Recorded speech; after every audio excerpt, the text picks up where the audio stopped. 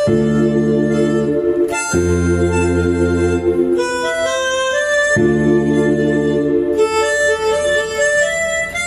ब्रह्मा गुरु विष्णु गुरु महेश्वरं हर बार मंगल कामना करिते जपाकुसुमं संकासनं पद्मासनधिकारं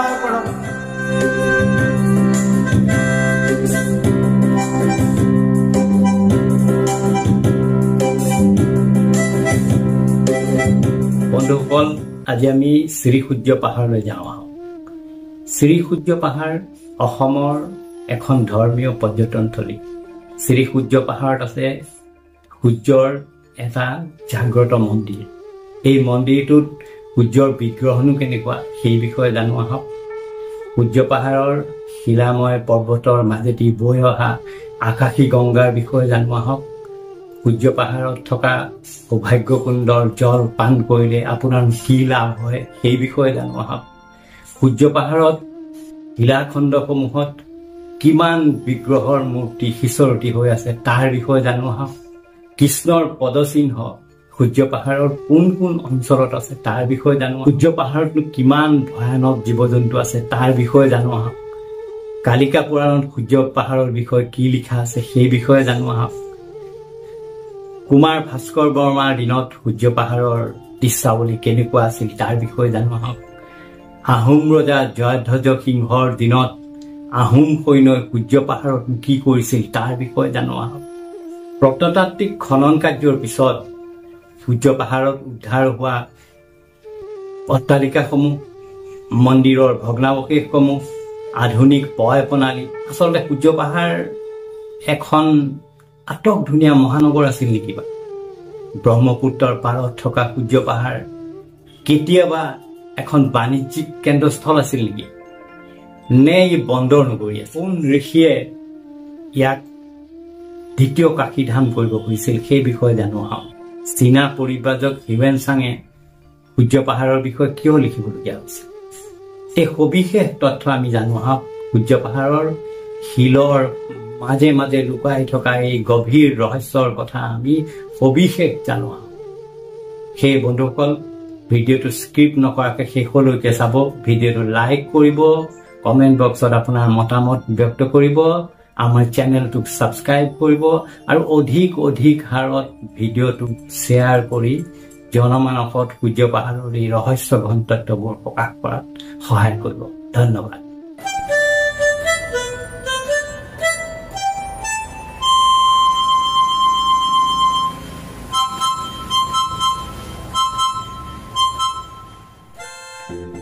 আজি আমি পুৱাই গুৱাহাটী মহানগৰীৰ পৰা গোৱালপাৰাৰ শ্ৰী সূৰ্য পাহাৰলৈ বুলি যাত্ৰা আৰম্ভ কৰিছো।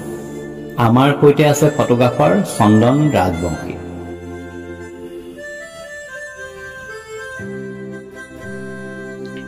শ্ৰী সূৰ্য পাহাৰ গুৱাহাটী মহানগৰীৰ পৰা উত্তৰ পশ্চিম দিশে প্ৰায় 132 কিলোমিটাৰ দূৰত্বত অৱস্থিত প্ৰত্নতাত্ত্বিক যুগৰ এক ধৰ্মস্থল। ই গোৱালপাৰা চহৰৰ পৰা দক্ষিণ পূব দিশে প্ৰায় 12 কিলোমিটাৰ দূৰত্বত অৱস্থিত। প্ৰায় 1 কিলোমিটাৰ অঞ্চল ব্যাপ্ত বৃহৎ বৃহৎ আকাৰৰ শিলাখণ্ডৰে আবৃত এই সূৰ্য পাহাৰতে পৌৰাণিক চিহ্নৰূপে এটা সূৰ্য মন্দিৰ অৱস্থিত। দেশ বিদেশৰ ধৰ্মপ্ৰাণ ব্যক্তিয়ে নিজৰ মনোকামনা পূৰণৰ অৰ্থে এই জাগ্ৰত সূৰ্য মন্দিৰলৈ আহে। পৌৰাণিক আখ্যান মতে ঋষি ব্যাসদেৱে দ্বিতীয় কাশীধাম ৰূপে এই খণ্ডক প্ৰতিষ্ঠা কৰিবৰ বাবে ৯৯,৯৯৯টা অৰ্থাৎ কাশীধামত থকা 1,00,000 শিৱলিংগতকৈ এটা কম শিৱলিংগ শিলত কাটি এই খণ্ডত নিৰ্মাণ কৰোৱাইছিল। পৌৰাণিক আখ্যান মতে প্ৰাগজ্যোতিষপুৰৰ বাসিন্দাসকল সূৰ্যৰ উপাসক আছিল। কালিকা পুৰাণ মতে 10ম শতিকাত পৌৰাণিক অসমত 2টা সূৰ্য উপাসনাস্থল আছিল। ইয়াৰ এটা হ'ল সূৰ্য পাহাৰৰ এই সূৰ্য মন্দিৰ।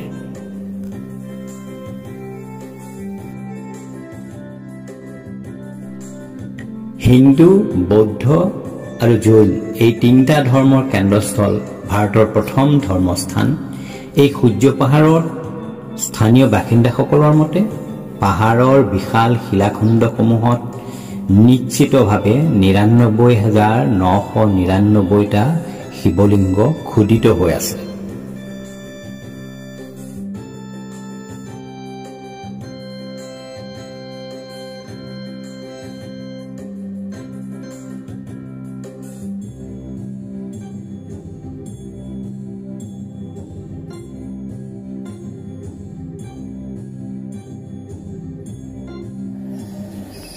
বাৰু নমস্কাৰ দেউ, আজি আমি এই সূৰ্য পাহাৰলৈ আহিছোঁ।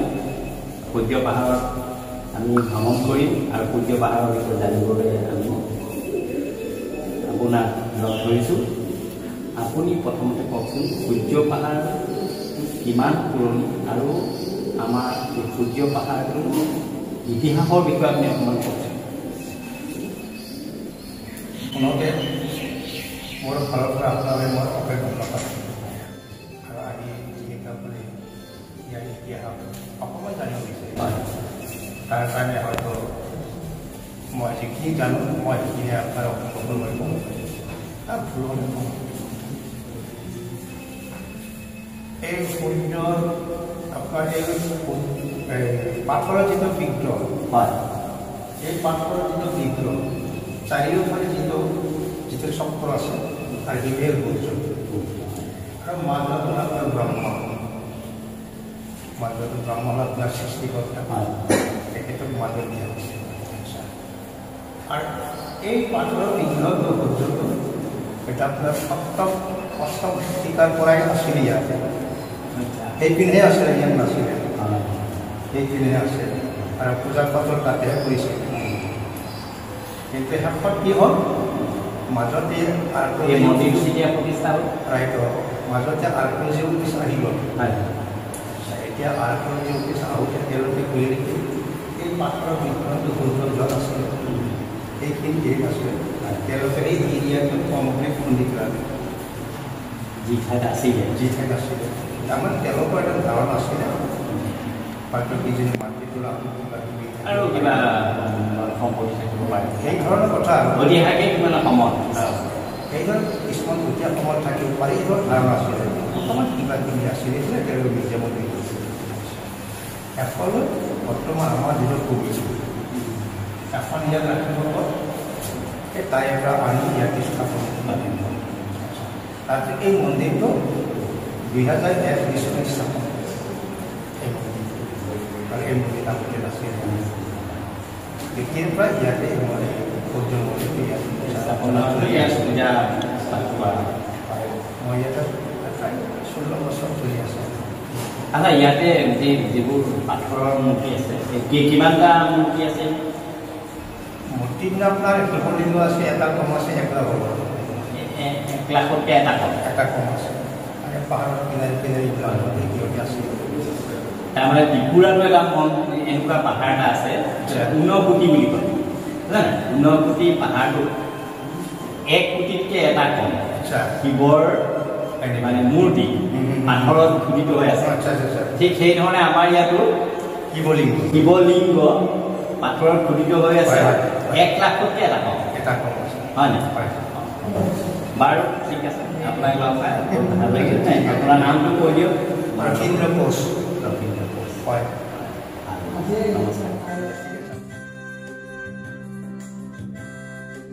শিৱলিংগ প্ৰতিষ্ঠা হৈছে আৰু এই শিৱ নিজে দেখা দিছে নেকি? এইটো আমাৰ সূর্য পাহাড়ের শিবলিঙ্গ আছে এটা কম 1 লাখ। তার মধ্যে এটি হচ্ছে 32 বছর পাওয়া। 32 বছর এতে যজ্ঞ করা হয় ভোলেবাবা সঙ্গীতে। আর এটা আমার সূর্য পাহাড়ের সূর্য মন্দির। তারপর আমার যেটা আমার শিবমন্দির রাজশাহী আছে শিবমন্দির ত্রিশূল মন্দির। কি বলবো না? এটা বড় জাতি মানে এখানে আমার মনে হয় এতে নিজেই প্রতিষ্ঠা করছে এখানে নিজে গাড়ি মানুষ আর ইয়াতে আমার আছে হনুমান মন্দির আছে। বাৰু দিয়ক, আপুনি ইমানখিনি বক্তব্য আমাক ৰাখিলে, এতিয়া আপোনাৰ পৰিচয়টো দিয়কচোন। মোৰ নামটো হচ্ছে নিৰঞ্জন অধিকাৰী, শিৱ মন্দিৰৰ পূজাৰী। শিৱ মন্দিৰৰ পূজাৰী, ধন্যবাদ দেই আপোনাক।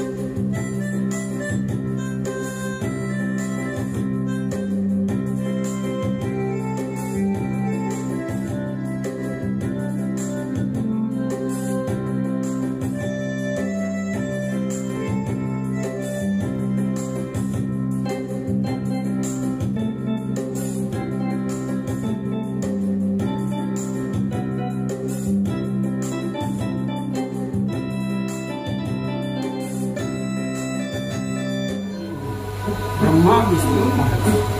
তাৰ ভিতৰত শীৰ্ষ বেলপাতত যে শীৰ্ষটো থাকে যে এটা তিনিটা বেলপাতৰ মাজত থাকে যে এই শীৰ্ষ আমাৰ এজন শীৰ্ষ আছে বুলি কৈছে। ব্ৰহ্মা বিষ্ণু ধৰক ব্ৰহ্মা বিষ্ণু মহেশ শীৰ্ষজন আছে আমাৰ এজন।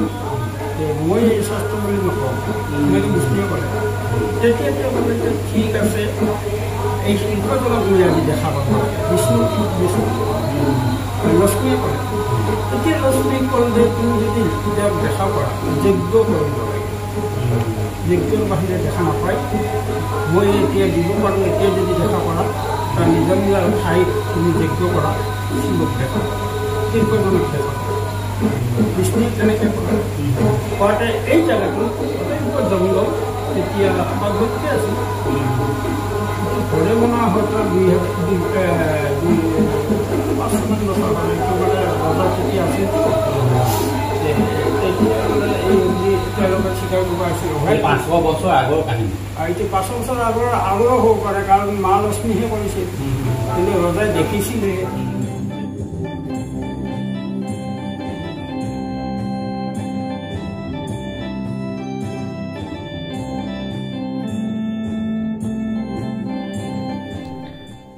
খনন কাৰ্যত জড়িত প্ৰত্নতাত্ত্বিকসকলৰ মতে সূৰ্য মন্দিৰত সূৰ্যৰ মূৰ্তি খোদিত হৈ আছে। শিলাখণ্ডৰ মাজৰ অংশত প্ৰজাপতি অৱস্থিত। তাৰ চাৰিওফালে চক্ৰাকাৰে 12খন পদুমৰ পাহি যেন পত্ৰই সূৰ্যৰ আদিত্য ৰূপক প্ৰতিফলিত কৰিছে। এই 12টা শিলৰ পত্ৰই সূৰ্যৰ প্ৰকাশিত 12টা ৰূপ ক্ৰমে ধাত্ৰী, মিত্ৰ, আৰ্যমন, ৰুদ্ৰ, বৰুণ, সূৰ্য, ভাৰ্গ, বিবাসৱন, পোষণ, সাবিত্ৰী, তৱচাত্ৰী আৰু বিষ্ণুৰ ৰূপক প্ৰতিফলিত কৰিছে। সূৰ্য পাহাৰৰ খনন কাৰ্যৰ পিছত ইয়াত মনসা দেৱী, দুৰ্গা, বিষ্ণু, গণেশ, হৰিহৰ আদি অনেক দেৱ দেৱীৰ মূৰ্তি শিলত খোদিত হৈ থকা উদ্ধাৰ হৈছে। ইয়াত শিলত কৃষ্ণৰ পদচিহ্ন অংকিত হৈ আছে। এই চতুৰ্ভুজ মূৰ্তি কৃষ্ণৰ বিশ্বৰূপ, তেওঁ 12খন বাবুলিৰ মূৰত পৰপলে পদুমৰ ওপৰত ৰৈছে, পাহাৰৰ এটা পদম ফুলি আছে। তেওঁ হৈছে বিষ্ণুৰ বিশ্বৰূপ। এওঁলোক তিনিজন একেলগে আছে, শিৱ, বিষ্ণু আৰু শিৱ, মাজত গণেশ। এওঁলোক 5জন হৰিহৰৰ যুদ্ধ হৈছিলে কৃষ্ণ আৰু শিৱৰ মাজত। কৃষ্ণ যেতিয়া একেবাৰে সৰু আছিলে, বাল্যকাল আছিলে, তেতিয়া তেওঁ পদচিহ্ন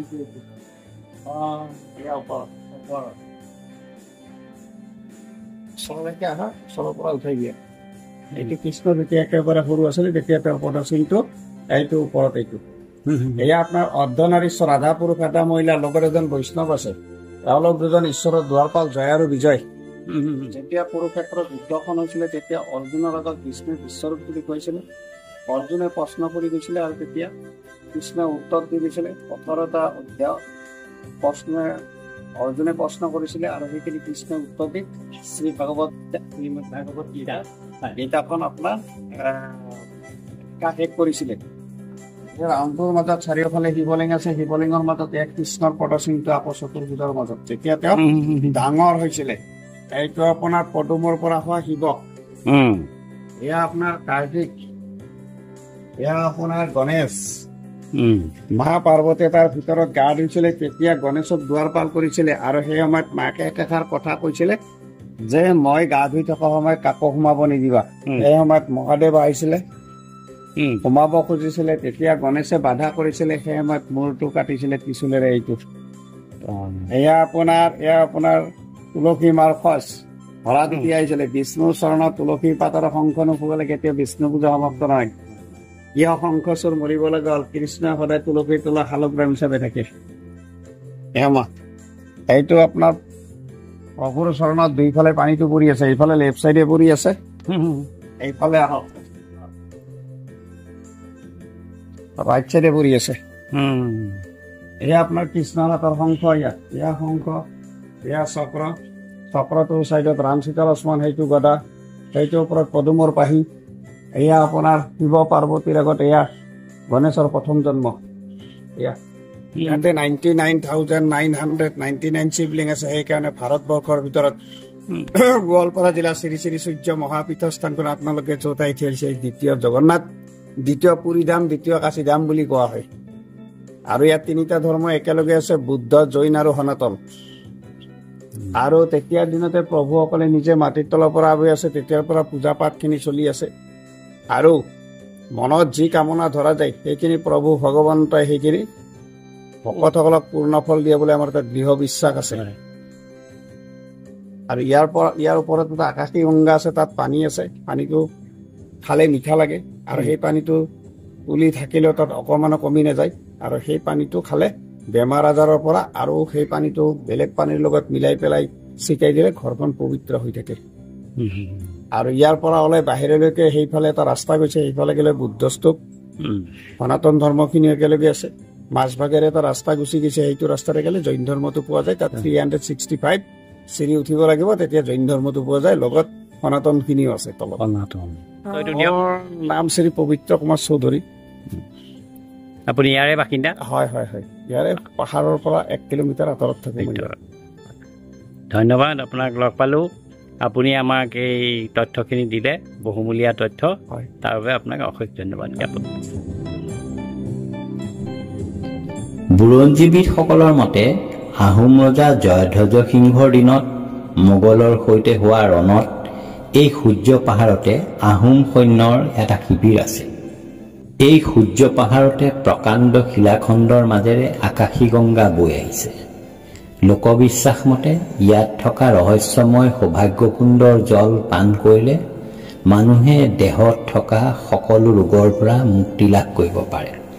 শ্ৰী সূৰ্য পাহাৰত থকা অলেখ দেৱ দেৱীৰ প্ৰতিমূৰ্তি, বৌদ্ধ স্তূপ, জৈন তীৰ্থংকৰৰ মূৰ্তি, শিলালিপি, মঠ মন্দিৰ, দেৱালয়, অট্টালিকা আদিৰ ভগ্নাৱশেষ, লগতে ইয়াত সিঁচৰতি হৈ থকা ভাস্কৰ্য, স্থাপত্য আৰু শিল্পকলাই প্ৰমাণ কৰে প্ৰাচীন ভাৰতীয় সভ্যতা সংস্কৃতিক প্ৰতিফলিত কৰিব পৰা এখন সুন্দৰ নগৰ ইয়াত আছিল।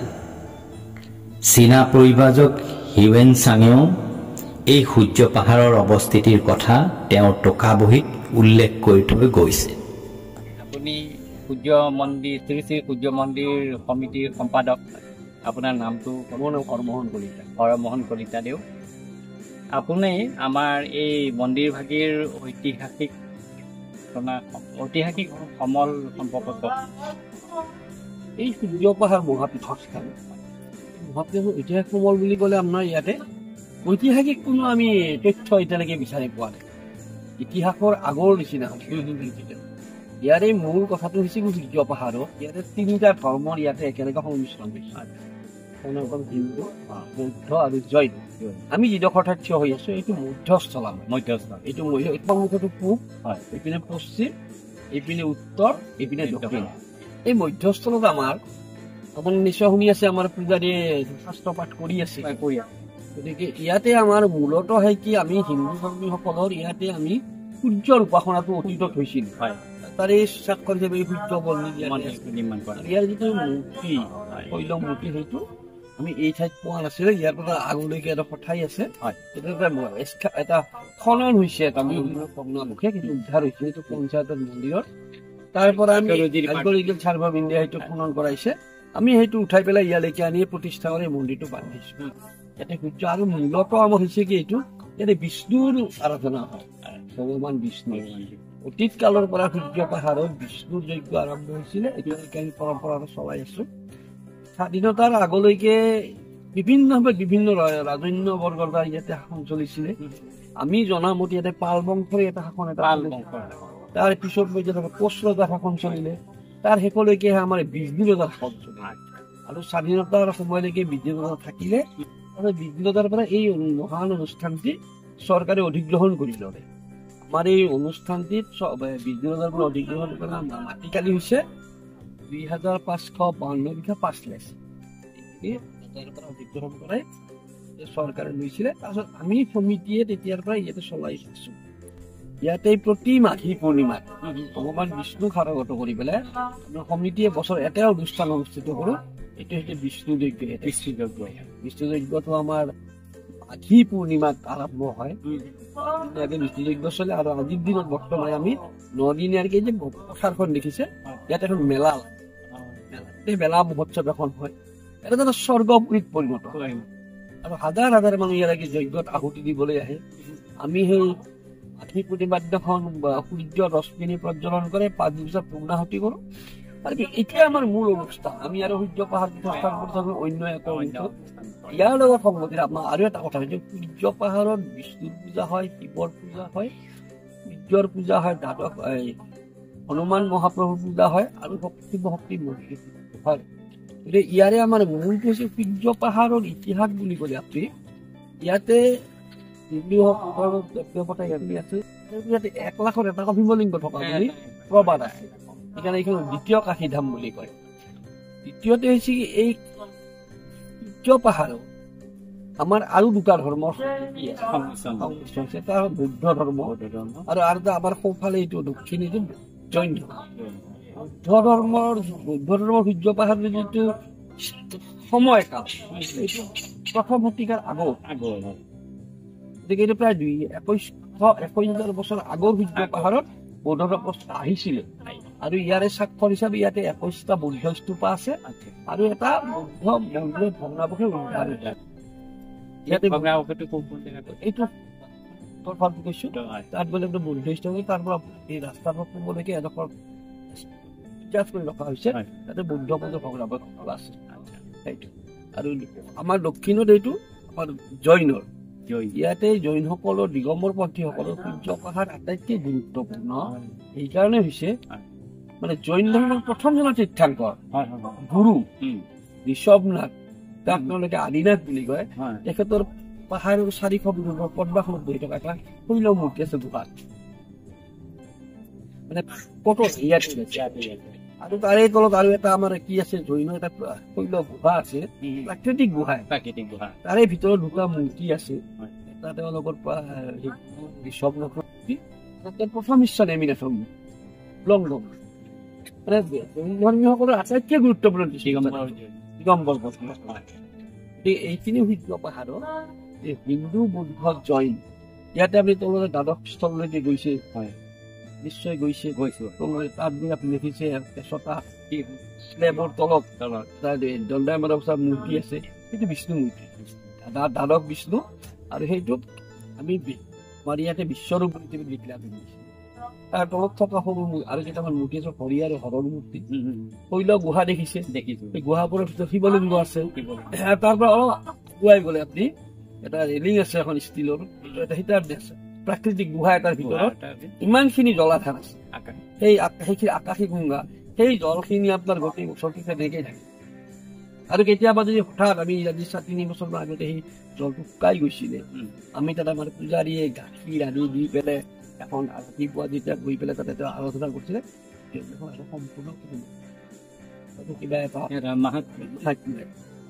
এই হ'ল সূৰ্য পাহাৰ। ইয়াৰে আমাৰ যিটো আমি সূৰ্য এক্সকাভেশ্যন কৰিছো মন্দিৰত, তাৰ মূৰ্তিবিলাক সন্মুখত মিউজিয়াম আছে, এই সন্মুখত দেখিছো। মিউজিয়ামটোত সোমালে তাত এক্সকাভেশ্যন।